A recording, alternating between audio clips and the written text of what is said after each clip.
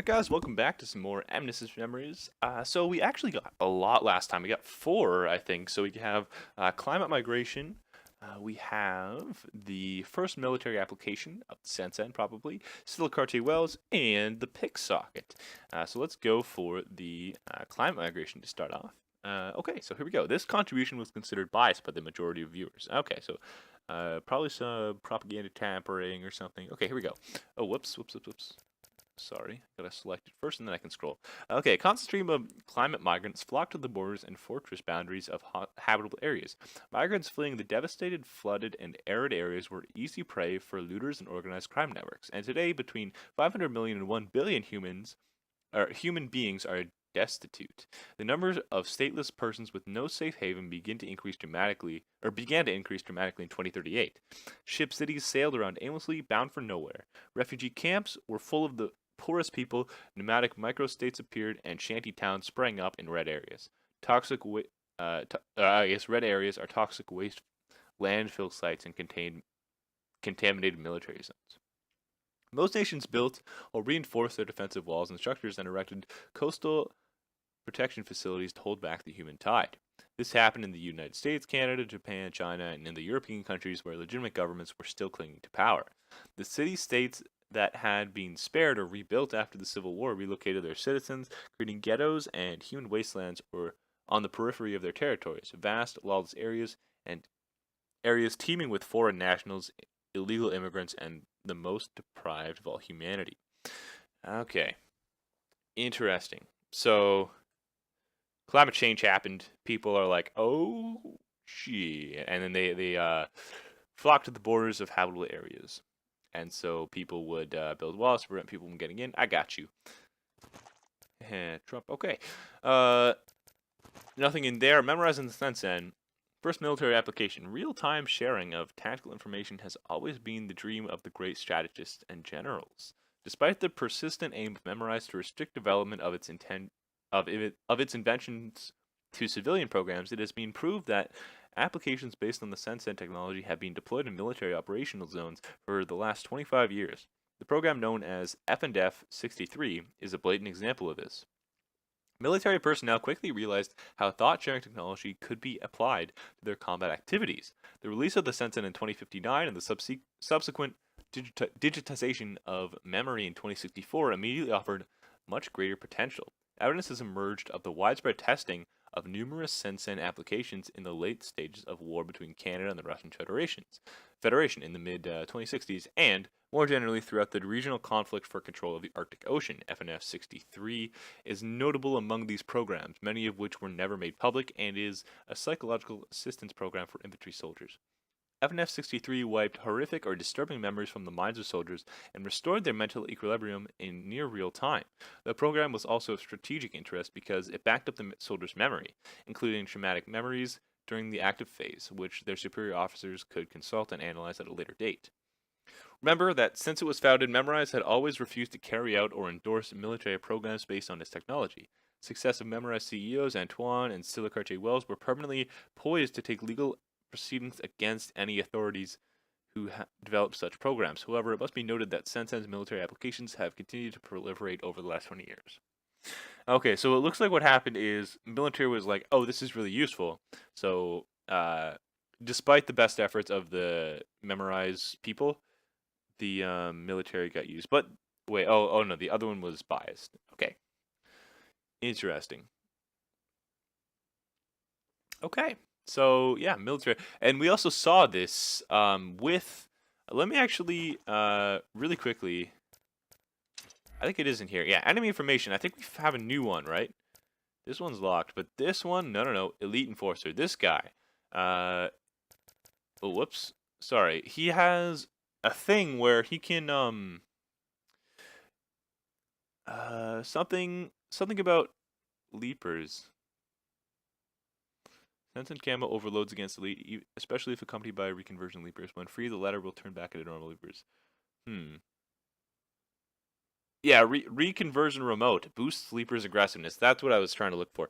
Because the way it works, or what happened is this guy has like a connection from his Sensen to the Leaper's Sensen, and he can like control them, I guess. So I think that's probably a thing that it was like the military application. Okay, so Scylla Cartier-Wells. So she is our mom, apparently, which was big plot twist. Anyway, a pure product of the brain's hothouse founded by Memorize, Simran Scylla Seal was always destined to make her career in this prestigious multinational. After her marriage to Charles Cartier-Wells, she quickly rose up the ranks to the top of this most powerful, privately owned company, which she proceeded to rule with a rod of iron. Born in 2037 in Delhi to an Indian father and an Ethiopian mother, Simran Sial grew up in a wealthy family of IT experts who were employed at Memorize. Her difficult personality prompted her father to nickname her Scylla, an alias that stuck and which she would formally adopt as her first name.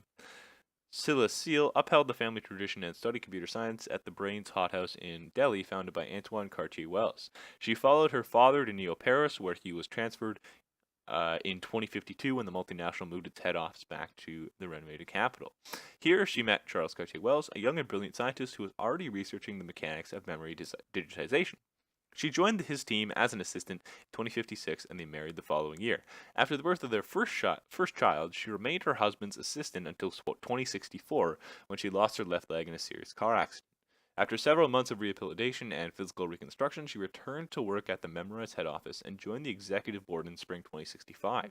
Exactly 2 years after her accident, she was appointed CEO, the supreme head of the company, a position she still holds. So why did Charles Cartier-Wells step down? And there's still more, sorry. A woman of few words and little time for social niceties, Scylla Cartier-Wells formed her image as a woman totally dedicated to her work and her company. Under her leadership, Memorize became the most famous and prosperous economic powerhouse in the world. So the iron rod worked well for Memorize, I guess. And now that that's gone, I think I will see what happens to them. We'll see if they plummet or something. But there is one more to go through. Picksocket. I think this is. I think we just got this, maybe? I don't know. Let's read it. The Picksocket is a small, versatile, illegal, and efficient device that generates a dual digital and energy salvo to open digital locks and security systems. If you have forgotten your entry code, the locksmith who comes to open your door may well have an electronic skeleton key that will do the job for him, dubbed the Picksocket. This is merely the digital version of its ancestor, the pick gun. As usual in the security sector, the appearance of the Picksocket came in the wake of the development of digital lock technology and the spread of digital locking mechanisms. The first known Picksockets were a crude assembly of basic electronic and digital components. Faced with constant innovations in digital lock manufacture, skilled craftsmen and other shady locksmiths gradually refined the Picksocket technology, notably by simplifying its essential components. During the last few years, the Saber Force has admitted seeking tools capable of opening the most stubborn locks.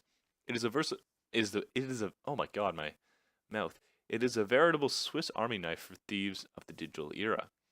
Luckily, Picksockets of this caliber are rare and far beyond the reach of amateur cat burglars. The Picksocket's operating principles aren't complicated, it's all in the quality of the manufacturer. It emits a salvo of junk data and energy capable of overloading and cracking numerically coded systems, forcing them to enter binary code, i.e., on or off. A Picksocket must be charged up to reliably emit a salvo, which could considerably hamper a thief confronted with a series of physically diverse digital locking mechanisms. So I think we use this all the time whenever we do the whenever there's like a power button on the door. We use this, I think, to overload it, I guess. So that's kind of cool. Learn more about the technology. But yeah, that's gonna be it for this Mnesist. That was quite a few, 4 of them. Man, the more you know. Like I really love learning more about this game because the more you know, the more the more you can really be involved in the game. You know, the more you understand everyone's motivations, everyone's character. And it's really cool. So I think we missed one Neo-Paris landmark here, 06, because everything else we have 6 of.